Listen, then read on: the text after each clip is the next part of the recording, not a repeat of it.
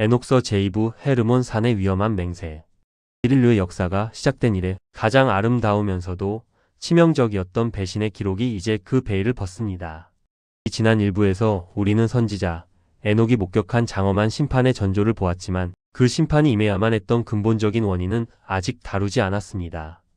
세상이 피와 눈물로 얼룩지기 시작한 그 기점에는 인간의 타락보다 앞선 하늘의 반역이 존재했습니다. 창조주께서 지상의 인간들을 수호하고 가르치라고 명하셨던 고귀한 파수꾼들, 즉 천사들이 어떻게 스스로 영광의 자리를 박차고 어둠의 길을 선택했는지에 대한 충격적인 기록입니다. 에녹서 6장은 이 비극적인 사건의 서막을 인간의 자손이 번성하여 매혹적인 딸들이 태어난 시기라고 명확히 지목합니다. 대홍수 이전의 지구는 하나님의 축복 아래 생명력이 넘치는 낙원과도 같았으며 그곳에서 자라난 인간 여인들의 아름다움은 천상의 존재들조차 매료시킬 만큼 눈부셨습니다.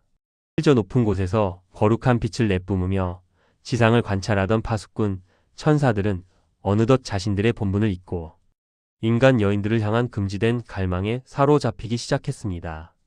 영적인 존재로서 육체의 정욕을 가져서는 안 될 그들이었지만 교만과 정욕이라는 독이 그들의 순결했던 영혼에 침투한 것입니다. 그들은 하늘의 보좌 곁에서 내려다보며 서로에게 은밀하게 속삭였습니다. 저 여인들의 아름다움을 보라. 우리가 저들 중에서 아내를 선택하여 우리의 씨를 남기는 것이 어떠한가?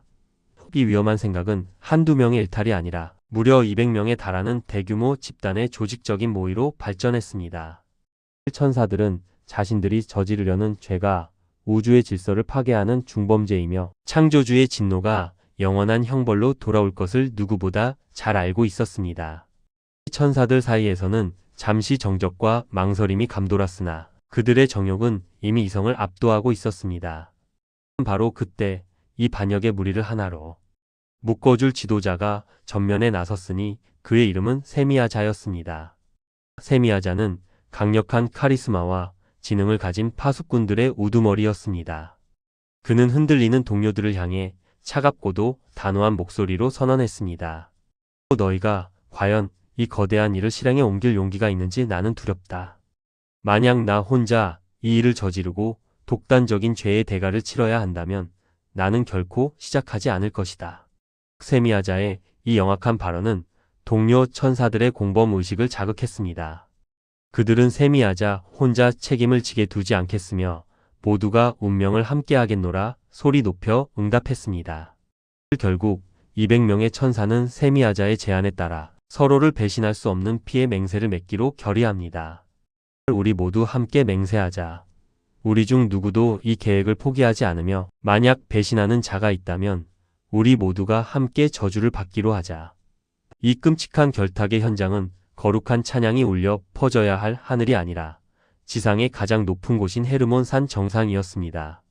200명의 천사가 일제히 헤르몬 산에 강림하자 산 전체가 그들의 타락한 에너지로 인해 검게 변하며 비명을 지르듯 진동했습니다. 헤르몬이라는 이름 자체가 금기 혹은 저주를 의미하게 된 것은 바로 이 성스러운 산 정상에서 우주적인 배신이 확정되었기 때문입니다. 이 천사들은 창조주가 부여한 거룩한 날개를 스스로 꺾고 빛의 옷을 벗어 던진 채 오직 인간의 육체와 결합하겠다는 광기 어린 집착으로 뭉쳤습니다. 세미야자를 필두로 아라켈, 라멜, 코카비엘, 타미엘 등 20명의 우두머리들이 각자 10명의 천사를 거느리고 대열을 정비했습니다. 그들의 눈빛은 이제 자비로운 수호자가 아닌 먹잇감을 노리는 굶주린 포식자의 형상으로 번뜩였습니다. 헤르몬 산 정상에는 차가운 폭풍과 불길한 번개가 몰아쳤으며 대자연은 이 변종 존재들의 탄생을 미리 예감하고 통곡하고 있었습니다. 맹세가 끝나기 무섭게 그들은 산 아래로 내려가기 시작했습니다. 이것은 단순한 하강이 아니라 하늘의 권위를 땅바닥에 내팽개치는 타락의 행진이었습니다. 지상의 마을들에 도달한 천사들은 각자 자신이 갈망하던 여인들을 강제로 취하거나 유혹하여 하나님의 창조 질서를 근간부터 흔들었습니다. 거룩한 영과 필멸의 육체가 섞이는 이 기괴한 연합은 지상에 전례 없는 어둠의 기운을 퍼뜨렸습니다. 인간들은 하늘에서 내려온 이 위험 있는 존재들의 정체를 모른 채 그들을 환대했으나 그것은 멸망의 씨앗을 가슴에 품는 것과 다름없었습니다. 천사들은 여인들과 동침하는 것에 그치지 않고 그들을 완전히 지배하기 위해 하늘에 금지된 비밀들을 하나씩 누설하기 시작했습니다. 이들이 전해준 지식은 인간의 영혼을 풍요롭게 하는 지혜가 아니라 오직 파괴와 허영 그리고 창조주를 대적하게 만드는 독이었습니다. 아사엘은 인간들에게 철을 재련하여 칼과 방패, 갑옷을 만드는 법을 가르쳐 이 땅에 전쟁이라는 끔찍한 개념을 심었습니다. 또한 그는 여인들에게 값비싼 보석을 세공하고 눈 주위를 장식하는 화장술을 가르쳐 인간의 마음속의 내면의 가치가 아닌 외형의 유혹과 음란함이 싹트게 했습니다.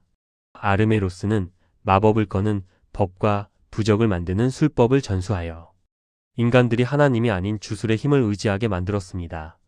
별의 움직임을 보고 점을 치는 법이나 구름의 징조를 해석하는 법 등 오직 창조주만의 영역이었던 미래의 지식들이 타락한 천사들에 의해 값싸게 팔려나갔습니다. 인간들은 천사들이 전해준 이 강력하고 매혹적인 기술들에 취해버렸고 지상은 순식간에 피와 마법 그리고 허영의 도가니가 되었습니다. 하나님을 경외하던 제단은 허물어지고 그 자리에 천사들을 숭배하고 전쟁의 도구를 찬양하는 우상의 집들이 들어서기 시작했습니다. 에녹은 이 처참한 광경을 지켜보며 옷을 찢고 부르짖었으나 이미 타락의 불길은 걷잡을 수 없이 번져나가고 있었습니다. 그러나 이것은 시작에 불과했습니다. 이 부적절한 결합이 낳은 결과물들이 지상의 모습을 드러내는 순간 인류는 비명조차 지를 수 없는 공포의 시대를 맞이하게 됩니다. 페르몬 산의 맹세는 결국 지상을 핏빛으로 물들일 거대 괴수들의 탄생으로 이어지게 된 것입니다. 헤르몬 산에서 맺어진 피의 맹세는 단순한 반역을 넘어 인류 문명의 근간을 뒤흔드는 금지된 지식의 유출로 이어졌습니다. 이 타락한 파수꾼들은 자신들이 취한 여인들에게 보답한다는 명목으로 원래는 인간이 알아서는 안 될 천상의 비밀들을 하나 둘씩 꺼내놓기 시작했습니다. 그 중에서도 가장 치명적인 인물은 아사엘이었습니다. 그는 인간들에게 광석을 채굴하여 철을 재련하고 그것을 날카롭게 갈아 칼과 창, 갑옷을 만드는 법을 전수했습니다. 이전까지 막대기와 돌덩이로 싸우던 인간들은 이제 아사엘이 가르쳐준 차가운 금속 무기를 손에 쥐게 되었고 지상은 순식간에 효율적인 살육의 전장으로 변했습니다. 아사엘의 가르침은 여기서 그치지 않았습니다. 그는 여인들에게 눈을 아름답게 치장하는 안료와 눈썹을 그리는 법, 그리고 진귀한 보석을 가공하는 기술을 가르쳐 인간의 영혼 속에 허영과 유혹의 불을 지폈습니다. 인간의 마음은 급격히 오염되었습니다. 내면의 경건함보다는 겉모습의 화려함에 집착하게 되었고 형제를 사랑하기보다는 아사엘의 무기로 형제를 찌르는 법에 열광했습니다. 다른 파수꾼들도 각자의 전문 분야에서 금지된 지식을 퍼뜨렸습니다. 바라키엘은 별의 궤적을 읽어 미래를 점치는 점성술을, 코카비엘은 별자리의 징조를 해석하는 법을 가르쳤습니다. 에제키엘은 구름의 형상을 보고 앞날을 예견하는 법을, 아라키엘은 땅의 징조를, 샴시엘은 태양의 징조를, 사리엘은 달의 궤도를 가르치며 인간들이 하나님이 아닌 피조물의 움직임에 영혼을 맡기게 만들었습니다. 지상은 이제 거대한 점술판이자 미신과 마법이 판치는 혼돈의 도가니가 되었습니다. 아르메로스는 마법을 거는 법과 부적을 만들어 귀신을 부리는 법을 전수하여 인간들을 영적인 타락의 정점으로 몰아넣었습니다. 그러나 이 모든 지식의 유출보다 더 끔찍한 비극이 여인들의 자궁 속에서 자라나고 있었습니다. 이 천사의 영적인 씨앗과 인간의 필멸하는 육체가 결합하여 잉태된 생명들은 창조주의 설계도에는 존재하지 않는 변종 괴물들이었습니다. 에녹은 환상 중에 여인들의 배가 비정상적으로 부풀어 오르고 그 안에서 태어난 아이들이 상상을 초월하는 속도로 거대해지는 광경을 보며 전율했습니다. 아이들이 바로 인류 역사상 가장 공포스러운 존재들, 네피림이라 불리는 거인들입니다. 에녹서의 기록에 따르면 이들의 신장은 수백 미터에 달했으며 그 몸집은 산을 가릴 정도로 거대했습니다. 거인들은 태어날 때부터 억제할 수 없는 식욕을 가졌고 지상의 모든 양식은 그들의 거대한 위장을 채우기에 턱없이 부족했습니다. 처음에는 인간들이 정성껏 농사지은 곡물을 모두 먹어 치웠고 그 다음에는 가축들을 통째로 삼켰습니다. 그러나 거인들의 허기는 결코 채워지지 않았습니다. 식량이 바닥나자 그들은 자신들을 낳아준 인간들에게 굶주린 눈길을 돌렸습니다. 보라, 거인들이 인간들을 사냥하여 그들의 살점을 뜯어먹고 솟구치는 피를 마시기 시작했다. 에녹의 이 기록은 당시 지상이 겪었던 참혹한 지옥도를 생생하게 묘사합니다. 거인들은 이제 지상의 모든 생명체를 위협하는 포식자가 되었으며 공중의 새와 땅 위에 기어다니는 짐승, 바다의 물고기까지 닥치는 대로 유린하며 생태계의 질서를 완전히 도륙했습니다. 그들은 서로의 고기를 뜯어 먹고 피를 마시는 광기에 빠져들었으며 온 땅은 거인들이 흘린 불결한 피와 인간들의 비명으로 가득 찼습니다. 에녹은 이 처참한 광경을 지켜보며 옷을 찢고 대지 위에 엎드려 울부짖었습니다. 주여, 당신의 거룩한 형상을 닮은 인간들이 저 변종 괴물들에 의해 짐승처럼 도살당하고 있습니다. 타락한 파수꾼들은 자신들이 저지른 일의 결과를 목격하면서도 멈추지 않았습니다. 오히려 그들은 자신들이 낳은 거인들을 앞세워 지상의 신으로 군림하려 했습니다. 헤르몬 산에서 시작된 그 위험한 맹세는 결국 지상을 핏빛으로 물들인 거대 도살장으로 바꾸어 놓았습니다. 인간의 문명은 천사들이 가르쳐준 마법과 무기 속에서 화려하게 타오르는 듯 했으나 그것은 멸망을 향해 타오르는 촛불의 마지막 불꽃과도 같았습니다. 땅은 인간의 피를 머금고 하늘을 향해 복수를 부르짖었고 그 부르짖음은 마침내 창조주의 보좌가 있는 가장 높은 성소에까지 도달했습니다. 이제 하늘의 질서를 배신한 파수꾼들과 지상을 유린하는 거인들 그리고 악에 물든 인간들에게 내려질 운명은 단 하나뿐이었습니다. 창조주께서는 이 끔찍한 반역을 더 이상 묵과하지 않으실 것이며 온 우주가 숨을 죽이는 거대한 심판의 폭풍이 저 멀리서 밀려오고 있었습니다. 에녹은 보았습니다.